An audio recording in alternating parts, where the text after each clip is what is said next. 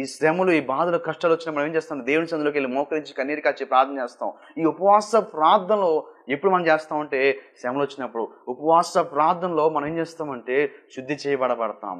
మనలో ఉన్న మురికి మాలిన్యం అంతా తీసిచేయబడుతుంది.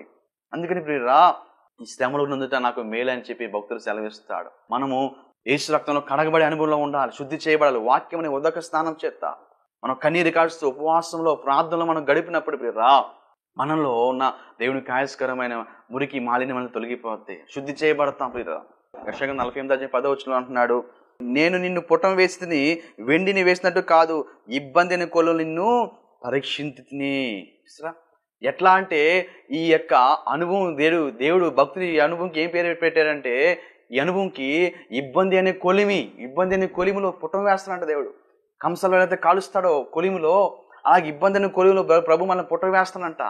ఇబ్బందులు అనే కొలిమిలో పుటం వేసి పరీక్షిస్తూ ఉంటాడు. ఎందుకంటే మనం నిర్మూలంగా చేయటం కోసం, మనం శుద్ధినిగా చేయటం కోసం. ఇబ్బంది అనే కొలువులు ఈరోజు వెళ్తున్నావో భయపడొద్దు, దేవుడిని పరిశోధిస్తున్నాడు.